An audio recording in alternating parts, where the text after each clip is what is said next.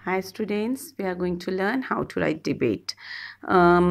जैसे आप डिबेट देखते हैं, डिबेट लिखना है, आपको पता तो बहुत सारा है, तो कैसे लिखें ये एक बहुत बड़ा सवाल हो जाता है। आता तो है मगर लिखें कैसे?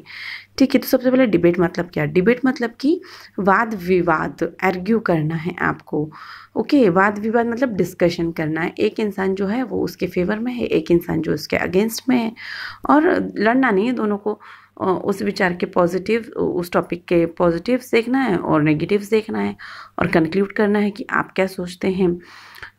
एक ही टॉपिक के सारे पॉजिटिव्स नहीं हो सकते, सारे नेगेटिव्स नहीं हो सकते। तो जो भी है, हमें डिबेट में भी जब लिखने को आता है तो हमें दोनों ही चीज़ें लिखनी होती हैं, मगर कैसे दोनों चीज़ें लिखनी होती हैं वो मैं आपको आगे बताऊंगी। हालांकि चूज़ हमें एक ही करना होता है। तो सबसे पहले वापस से हम बात कर लेते हैं फॉर्मेट। वापस से राइटिंग सेक्शन है, तो ये दो भागों में डिवाइड हो गया है, फॉर्मेट और कंटेंट। फॉर्मेट जो है, फॉर्मेट में आपको सीधे सीधे टाइटल लिखना है, जो भी टाइटल दे। मैंने यहाँ पर क्वेश्चन लिया है 2017 के पेपर से। ये क्वेश्चन ये कहता है, क्वेश्चन नंबर 7 है, private cars should be bent in the congested commercial areas in the of the city. तो ये आपका टाइटल हो गया। जैसे ही आप लिखते हैं आंसर नंबर 7, आपको ये टाइटल लिखना है, private car should B bent in the congested commercial areas of the city. अब यहाँ पर आपको टॉपिक समझ में आ गया कि जो प्राइवेट कार से भैया उनको बैन कर देना चाहिए। कहाँ पर? Commercial areas of the city में। तो अब ये अपना टॉपिक लिखते हैं। अब आपको ये लिखना है कि आप इसके फेवर में है या अगेंस्ट द मोशन में। उन्होंने लिखा कि इधर फॉर और अगेंस्ट द मोशन, तो आपको और दोनों में से एक चूज करना है। इधर you can be in against the motion और you can be for the motion. तो दोनों नहीं लिखना है, आपको वहाँ क्लियरली लिखना है फॉर्मेट के अंदर ही। In favour of the motion next line आपकी होगी, या अगेंस्ट द मोशन। फिर थर्ड लाइन जो है वो अब आप इसके बाद भी लिख सकते हैं, बिल्कुल आखिरी में भी लिख सकते हैं। मैं सजेस्ट करती हूँ इसकी जस्ट बाद ही लिखिए, बाय योर नेम।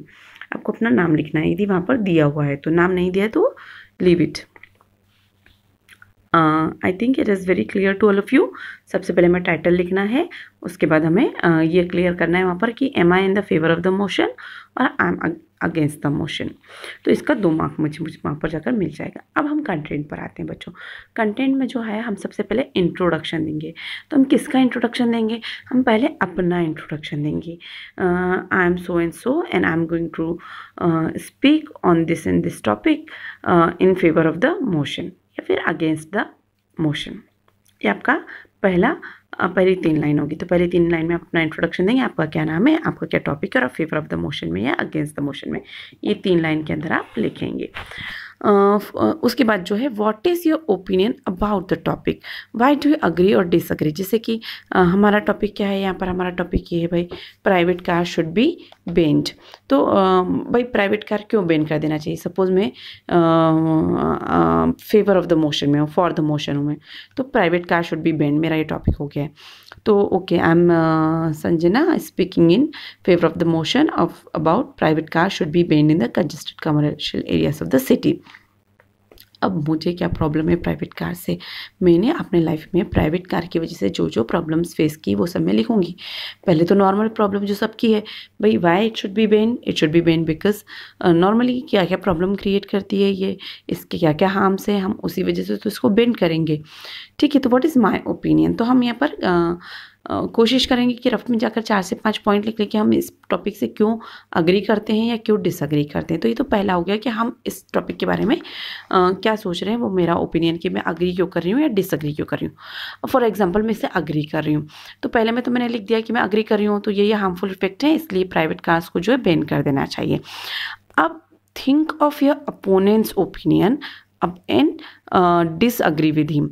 अब मेरा अपोनेंट क्या बोलेगा? अपोनेंट ये बोलेगा कि भाई कार जो है, मुझे अपोनेंट का सोचना है कि अपोनेंट मेरा क्या सोच सकता है। यहाँ पर डिबेट देना मतलब कि वो आपकी थिंकिंग स्किल्स डेवलप कर रहे हैं, राइटिंग स्किल्स डेवलप कर रहे हैं।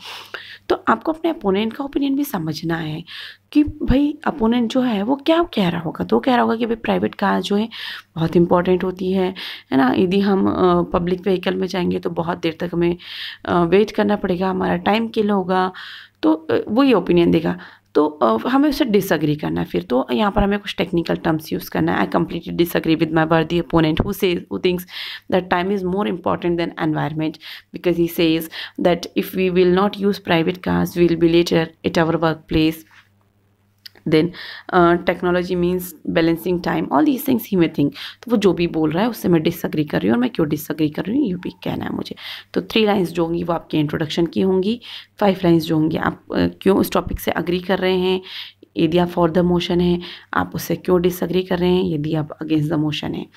तो यहाँ पर आपके 5 लाइन आपके ओपिनियन होंगे, आपका ओपिनियन क्या है, और 5 लाइन्स आपको ये सोचना है कि आपका अपोनेंट का क्या ओपिनियन है और उस अपोनेंट के ओपिनियन को आपको कट करना है कि भाई ये कह रहा है कि कार से हमारा टाइम बचेगा, टाइम बचेगा तो हम डेवलपमेंट करेंगे, तो नहीं डेवलपमेंट ज़रूरी है या सस्टेनेबल डेवलपमेंट ज़रूरी है। तो हमें इस तरह से उसके पॉइंट्स को कट करना है और फाइनली में कंक्लूसिव लाइन देना है कि okay I understand that time is important but sustainable development is much more important, या जो भी आप जिस भी तरह से आप कंक्लूड करना चाहते हैं within 2 lines you will conclude, and finally you have to write 1 line, that is a closing line.